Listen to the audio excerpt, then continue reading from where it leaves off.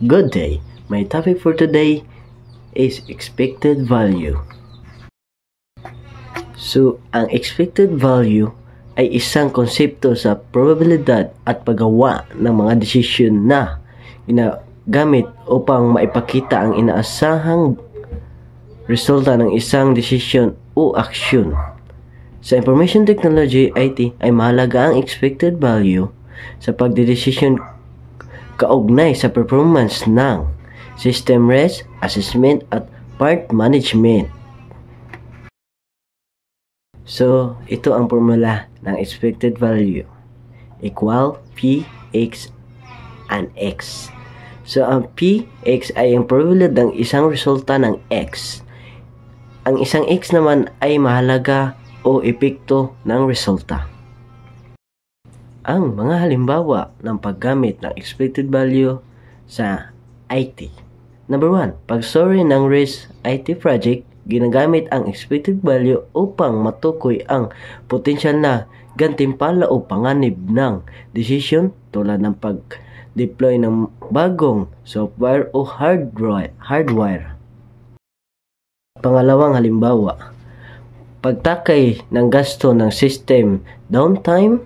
Sa pag-compute ng expected value ay maaaring malaman ang inaasahang halaga ng pagkawala dulot ng mga system failure. At number 2 ng halimbawa, optimization ng performance ng system. Ginagamit ito para i-estimate ang magiging resulta ng system performance kapag may iba't ibang condition o load. Like example, sitwasyon na may dalawang IT system ng isang kumpanya na pinagpipilian para sa kanilang data processing. System E, may 70% na tsansang gumana ng maayos, kumita ng 50,000 pesos. May 30% na tsansang magkaroon ng problema at malugi ng 10,000. At ang System B naman ay may 90% na tsansang gumana ng maayos at kumita ng 40,000 pesos at may 10% na tsansang magkaroon ng problema at malugi ng 5,000 pesos. Solution. Kalkulayan ang expected value ng System E. Expected value is 0.7 and 50,000 plus 0.3 minus 10,000. So, ang expected value is 35,000 and minus 3,000 is, so, ang expected value ng System E is 30,000. So, sa 0.3 and minus 10,000 is equivalent ito ng 3,000. So, dito ko kinuha ang 3,000 minus ko sa 35,000. So, ang expected value ng System E is 32,000.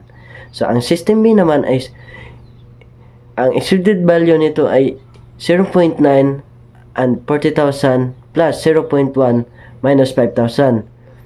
So, ang expected value naman ng System B is 36,000 minus 500 is equal 35,500. So, bakit mayroong 500 dito? So, dito ko yung kinuha sa 0.1 minus 5,000. So, ang 10% ng 5,000 is equivalent 500. So, dito ko minus ang 500 sa 36,000. So, meron siyang expected value ang System B ng 35,500. So, nadesisyonan na mas mataas ang expected value ng System B na 35,500. Kaya, mas mainam itong piliin ng kumpanya.